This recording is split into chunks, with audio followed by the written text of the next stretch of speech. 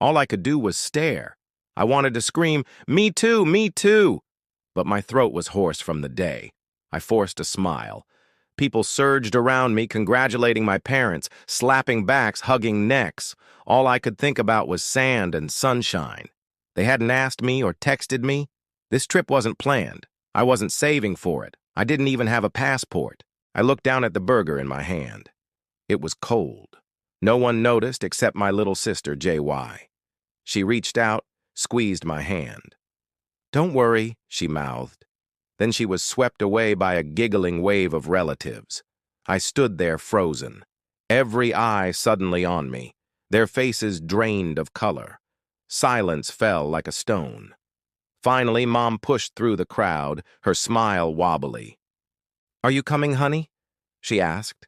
Her eyes were dark, worried. "We leave next week. Are you coming?" "I don't have a passport," I whispered. "It'll be fine," she murmured, squeezing my hand, then hurried back to the music and the dancing. The party wore on, laughter echoing in the twilight. I finished my burger, wiped my greasy hands on a paper towel, and walked to the sliding glass doors. Outside, the fire pit crackled, casting dancing shadows on the grass. I slid into the cool water of the hot tub. Steam rose, blurring the lights strung overhead. The heat soothed my aching muscles. And for a moment, I was lost in the comforting drone of cicadas when Dad cleared his throat beside me. "Can I talk to you?" he asked. I nodded, surprised he hadn't come sooner. We sat in silence, the heat fanning the tension between us. Finally, he spoke, his voice tight. "You heard our announcement?" "Yes." "And you know we want you to come to Hawaii?" "Of course." "Then why aren't you packing?" I stared at my toes. "I don't have a passport, Dad." "That's no problem," he said gruffly. "We'll get one for you." He reached out, squeezing my shoulder, his grip surprisingly gentle. "You're part of this family, you know that? Don't ever forget that." He got up, leaving me in the hot tub. I watched him go, surprise warring with hurt in my chest. Why hadn't he told me before? Why the grand announcement in front of everyone? Was it some kind of test? A trial by fire to see if I'd crack? I sighed, letting the bubbles cool my flushed skin. Time to pack. I climbed out of the hot tub and walked back to the party, where the music had stopped and everyone was staring at me, their faces a mix of amusement and anticipation. Mom beamed, her eyes shining. "So," she said, clapping her hands, "who wants to help pack for Hawaii?" I took a deep breath, the smell of barbecue smoke heavy in the air. This party was my responsibility. This family, my job. I've always been the glue. So I smiled back, my eyes meeting Dad's. He gave a slight nod, his face softening, and I knew then that the look I'd seen in his eyes all those times when I did something wrong, when I didn't meet his expectations, it wasn't disappointment. It was pride, pride that I was his eldest, that I'd grown into the one who holds it all together. I opened my mouth to speak, but before I could say a word, the room erupted in applause. One of the kids shrieked, "We're gonna surf!" A flicker of excitement lit up inside me. Hawaii sounded like paradise, a break from the endless grind. I flipped the last burger, wiped my greasy hands on my apron, and stepped toward the group, feeling hopeful. "So what time's the departure?" I asked, keeping it casual. I figured I'd have to rearrange my work schedule. Dad turned slowly, his gray eyes narrowing like I'd just asked something idiotic. "You don't need to know," he said, loud and clear so everyone could hear. "You're not part of us. Stay here and watch the kids." Laughter spilled from Mom, sharp and dismissive, as she waved a hand like I was some buzzing fly. My stomach sank. The table went silent for a beat. Then Mark mumbled something about flights, and the chatter started again like nothing happened. No one looked my way. No one even flinched, like I didn't exist. I stood there frozen, spatula still in hand, the heat from the grill suddenly nothing compared to the fire crawling up my neck. After everything. After years of patching their lives together, working construction to pay their bills when Dad lost his job, babysitting my siblings' kids so they could chase their lives freely, I wasn't family to them. I was the help. I slammed the spatula onto the grill, yanked off my apron, grabbed my jacket from the porch hook. Lisa called out behind me, "Felix, you okay?" But I didn't turn back. The screen door slapped shut behind me as I stomped across the yard, boots crunching gravel on the way to my truck. I drove through the dark to my apartment, a cramped one-bedroom filled with ghosts of everything I'd done for them. Tools from the time I rebuilt Dad's garage, a toy car, one of J's kids forgot, sitting on my shelf like a taunt. I dropped onto the couch and just stared at the wall. 35 years old and nothing to show for it but exhaustion and broken dreams. College? Gave it up for them. Travel? Didn't even dare. My life? It had always been theirs. And what did I get in return? An empty seat. A babysitter title. Invisible. Disposable. The anger rose fast, blazing. But underneath it all, there was something heavier. Tiredness. Bone-deep, soul-heavy tiredness. I couldn't do this anymore. I thought about Hawaii, the beach I'd never walk on. Then I thought about somewhere else, a coastal town not far from here, docks, waves, freedom. And for the first time in years, I let the thought carry me. I'd passed through that coastal city once, years ago, and it had never left me. No one needed me there. No one even knew my name. And that was the beauty of it. Sleep never came. Instead, I pulled an old duffel bag from the back of my closet and started packing on autopilot. Jeans, a couple shirts, my worn-out work boots. No plan, just motion, just escape. I grabbed my savings, a small, crumpled stack of cash from long overtime shifts, and checked the bus schedule on my phone. There was one leaving at 5 a.m. before the sun could rise, before anyone could stop me. I hesitated for a moment, thumb hovering over Sophie's number.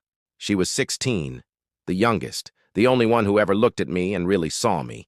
But I didn't call. She'd try to stop me. She'd say, "You're not like them, Felix. Don't leave." But I couldn't afford doubt. Not tonight. Not now. The clock crept past 3 a.m. I slung the bag over my shoulder, locked the door to that lonely apartment, and walked into the quiet streets. The air was cold and crisp, not a soul in sight. And still, my chest felt tight, like I was leaving behind something sacred, like betrayal. But I kept walking. The bus arrived, a hulking gray beast with streaked windows and humming engines.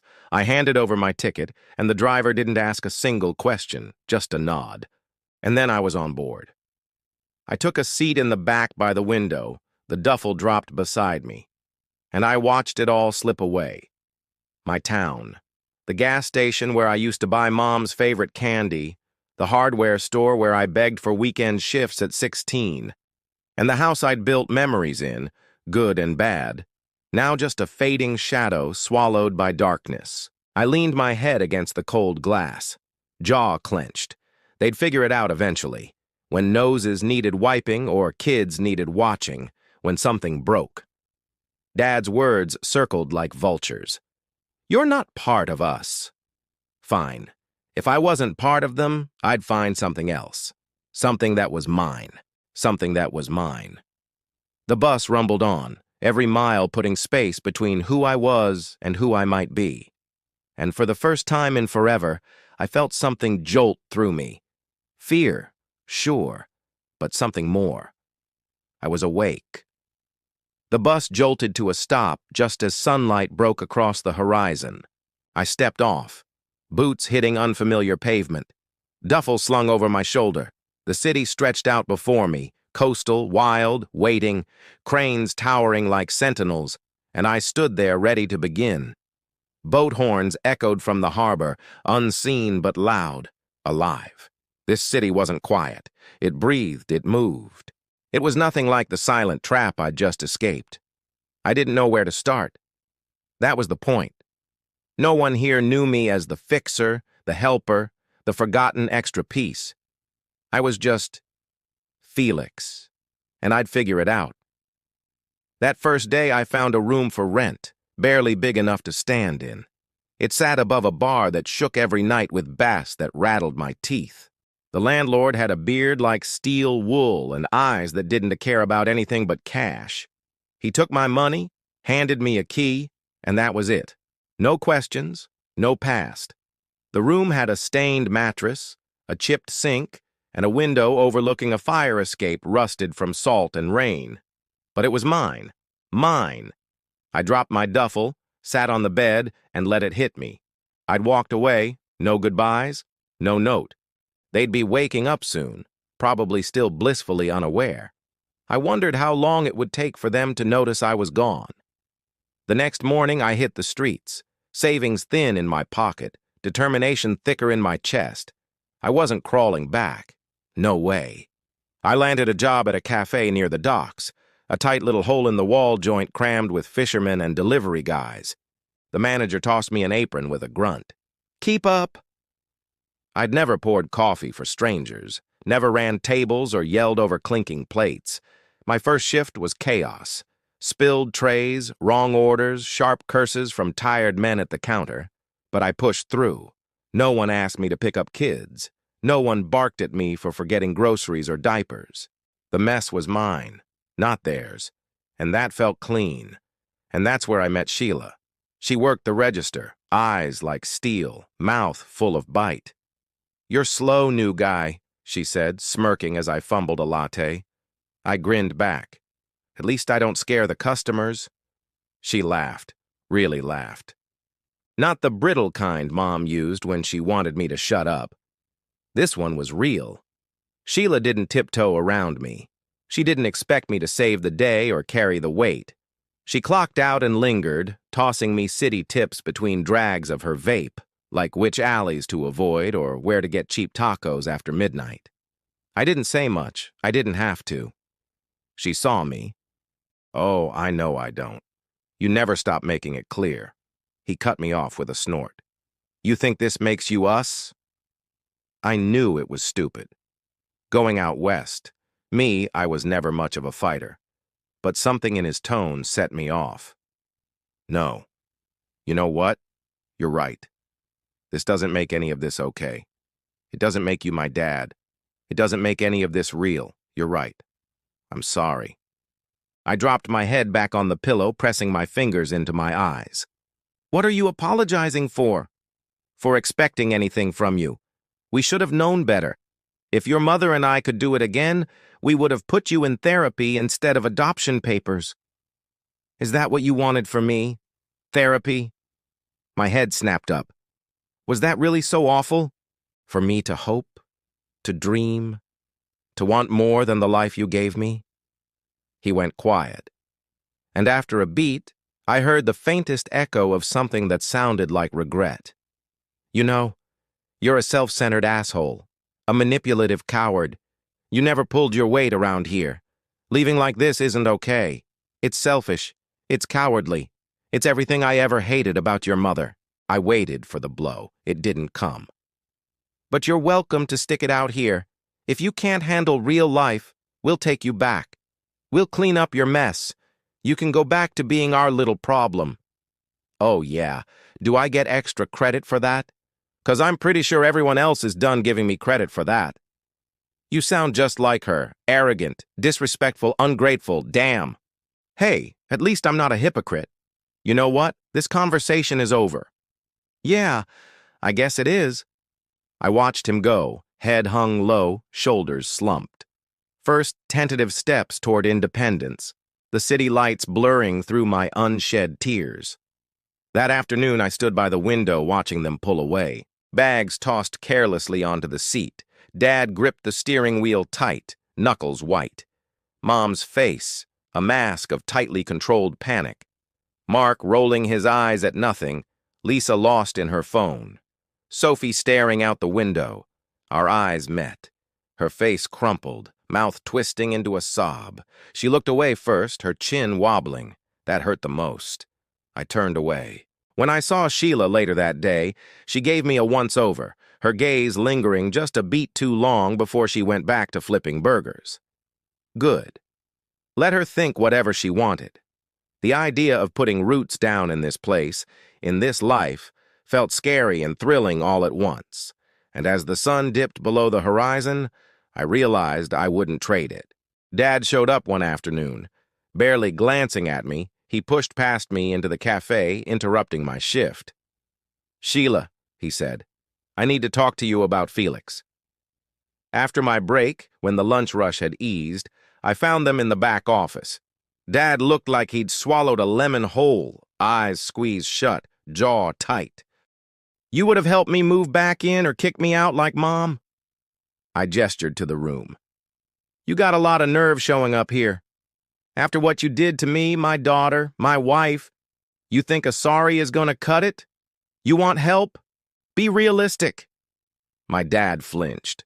"I don't owe you anything. I paid you back for the loan. You didn't have to let me live with you or help me get a job." "Help you? Felix, you were 18. You picked up a wrench and fixed that damn carburetor for me. Didn't ask me how to make ends meet. How do you think I felt knowing you were busting your hump, patching roofs in that sweltering heat, working every double shift, skipping school, all while I was sitting on the porch sipping wine, collecting unemployment checks, letting you take care of everything?" His shoulders slumped. "You were always so damn sure you knew better than me, Felix. Never asked for advice, never took a minute to see if I had some. God damn it, I was a wreck. Couldn't put 2 sentences together without cussing. Couldn't tie my shoes without passing out. Where do you think your sister learned that?" "She didn't. Learn it from you." I cut him off, stepping closer. "This is my life. I made it this way. You don't get to walk in here after 5 years, act like nothing happened, and expect me to go back like nothing ever changed. So what do you want from me?" An apology, and a promise." He swallowed hard, his gaze dropping to his hands. "All right, son, I promise. No more wine, no more sitting on the porch. I won't put a drop of that poison inside my body again. We can fix this, if you try." He nodded slowly, his eyes wet. "Thank you, Felix. Thank you for giving me another chance." As I watched him walk out of the shop, arm brushing against Sheila's, I knew he wouldn't apologize to her. Dad didn't do apologies, but maybe she didn't need one. "Okay, you son of a gun. You got me." I was ready to walk away, ready to forget, to pretend those last 3 years hadn't happened. The bar still shook with noise every night, but I'd gotten used to it, almost liked how it drowned out my thoughts. Work had smoothed out, too. I could pull a decent latte without cursing under my breath, even handled rushes with a kind of rhythm. Sheila had become a constant, always around with sharp jabs and ideas that kept me from retreating too far into myself. That photography class she dragged me to, it had turned into a regular thing. I'd started building a portfolio, gritty shots of dock workers, rusted cranes, sea foam bleeding into dawn. Raw, real. Paul said it had legs. For the first time, I was beginning to believe him. I was wiping down the espresso machine that day when the bell above the door chimed, and there he was, Dad. Gray hair thinner now, shoulders slouched in a way I didn't remember. But the scowl, that was the same. My hands froze mid-wipe. He scanned the place, locked eyes with me, and walked over like he still owned the world. A few customers glanced up, then back down. Sheila raised an eyebrow from the register, but stayed quiet. "Felix," he said, voice low, rough. "We need to talk." My jaw clenched. I hadn't heard from him since that call, the one where I finally told him off. Now he was here, in my city, in my space. I nodded toward the back. "Let's go." He followed me past the lockers, into the corner near the hum of the fridge. I crossed my arms. "What do you want?" He shifted, like standing in front of me was uncomfortable now. "You took off," he said, "left us in a mess. Hawaii didn't happen. Couldn't. Not without you. Family's been scrambling ever since." I stared at him, waiting. He rubbed the back of his neck. Didn't think you'd actually stay gone, he muttered. Look, I'm sorry. About the party. About what I said. Just come back. We need you. His eyes flicked up, waiting for that to fix it all. Like, sorry could erase years of being used up and thrown aside. I laughed. Short. Bitter. You need me, I said. That's why you're here. Not because you give a damn. Not because you care how I'm doing. But because your trip collapsed, and the kids are a hassle. His face tightened. Watch it, boy. Raised me? I cut in, voice steady now. You didn't raise me. You used me. You leaned on me until I broke, and then blamed me for the cracks. You leaned on me as you rose. I was 18, already covering your bills. By 25, I rebuilt your garage, didn't charge a dime. At 35, you looked me in the eye and said, You're not family. I'm not your crutch anymore. He opened his mouth, then closed it. Jaw clenched. For once, no snarky reply. I exhaled, took a step back. Sit, I said. Have a coffee. He hesitated, then slumped into the window chair. I grabbed 2 mugs, filled them, black, no cream. His way, sat across. He looked at the mug, then at me. What's that? He muttered, nodding at the camera on my shoulder. I slid it onto the table, flipped through a few shots, dockside scenes, a fisherman, tangled nets. Something I'm doing, I said. For me? He squinted, silent, handed the camera back. Didn't know you liked that. You never asked, I replied. We sat in thick silence, both sipping. Strangers, kind of. But I wanted him to see this, see me, not just the yes guy. He drained his cup, stood. Think about it, he said. Doors open. I shook my head. I'm staying. He nodded, slow, like he saw it coming, but still hated it. Then left, boots echoing heavy on the floor. I watched him go, something tight inside me finally unclenching. Sheila slid over, leaned on the counter. That your dad? Yeah, I muttered, scrubbing a mug a little too hard. He's something, she smirked. Looked like you stood your ground, though. Class tonight? I asked. Paul's got a friend, runs a gallery. Bring your work. I gave a quiet, tired grunt. Mind spinning. Dad shook me. Yeah, but didn't wreck me. I had built something here. He couldn't tear it down. That night I went to class, showed Paul my portfolio. He flipped through it, stopped on a shot, wave crashing against jagged rocks. This one's got guts, he said. Gallery's running a local show. You should submit. I froze. Me? In the gallery, Sheila beamed, punched my arm. Told you. I nodded, half dazed. Later in my room, photos sprawled across the bed. I sifted through them. The wave, the fisherman, and one worn shot from the anniversary. Faded, creased, roots and wings, I'd call it. The past and present, knotted together but pulling apart. As I packed them up, Sophie texted, Dad's been quiet, said you've changed. I typed back, I have. No reply, didn't need one. Dad's shadow had passed over me and I was still upright. The exhibit wasn't just a chance, it was my chance.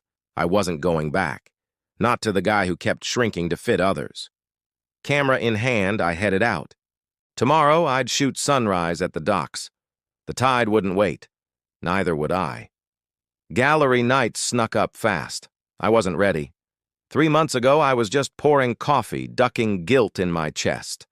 Now I was pacing a warehouse-turned-gallery, my work pinned to the walls.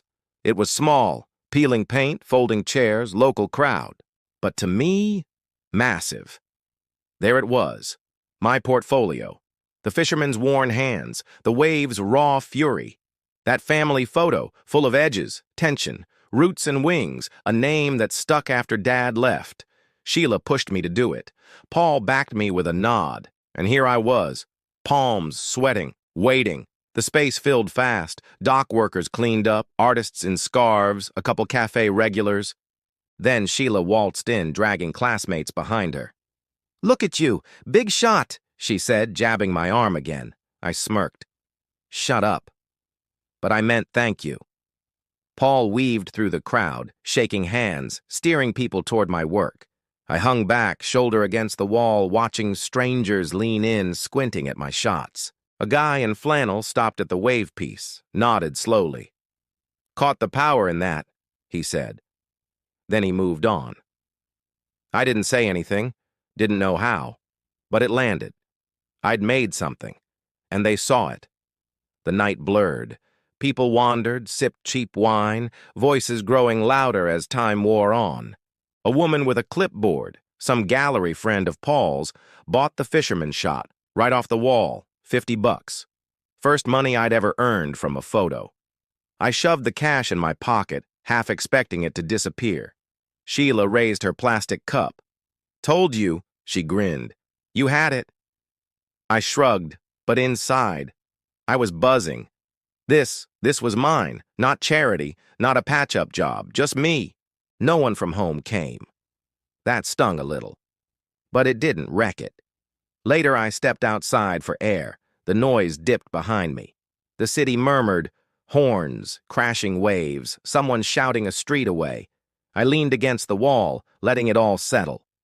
Thought about the bus ride that started it. The call with Dad. The coffee. They felt like memories from another life, not just a few months ago. My phone buzzed. Sophie. Heard you're doing good. Dad and Mom are trying Hawaii again. Taking the kids. Weird without you. I stared at it, seeing it all in my head. Dad grumbling over suitcases, Mom corralling grandkids, Mark and Lisa probably still bitter about the last trip. Maybe they'd figured things out, or close enough. I typed back, glad they're going. I'm good here. She sent a thumbs up. That was it. And I didn't feel pulled anymore. Sophie's words used to twist something inside me, make me question if I'd done the right thing. Not now. They'd moved on. And so had I. The gallery door swung open. Sheila popped her head out. You hiding? Come on. Paul's wrapping up. I followed her in, catching the end of Paul's thanks. He nodded toward me. Felix's work's got something real. Keep an eye on him. A few people clapped. I ducked my head, still not used to any of this, but it was over. It ended quick. I helped fold chairs. The hum of the night still buzzing under my skin. When the place cleared out, I grabbed my camera and slipped into the dark. It was late, but I wasn't tired. I walked toward the shore, the city fading behind me until it was just me and the sea. Dawn edged close. Sky a soft gray. Waves restless like my thoughts. I set up the tripod, framed the shot. One wave rising, just about to break. I clicked the shutter, held my breath as it crashed. The screen lit up, sharp, electric, alive. I sat there on the rocks, watching light creep across the horizon. Something inside settled. Not quite peace, but near enough. My mind drifted to that family photo in the gallery. Dad mid-scowl, Mom smiled too tight, me in the back half cut out. That life, it had shaped me. The years I gave them, they weren't gone. But this wave, this camera, this city, was mine. They were probably in Hawaii right now, or boarding the plane, and I didn't resent it. They were building their life. So was I. The ties were still there, frayed, stretched, but I didn't have to fix them. Not now. The sun finally cracked the edge of the world. I packed up. Gravel shifted beneath my boots. Later, I'd swing by the cafe, pour some coffee, maybe show Sheila the new shot. Paul mentioned another exhibit. I was already imagining what to shoot next. The city sprawled ahead, rough, noisy, pulsing. I stepped into it, camera slung across my shoulder. I wasn't the guy who left anymore. Wasn't the one who stayed too long either. I was just Felix. And that was enough.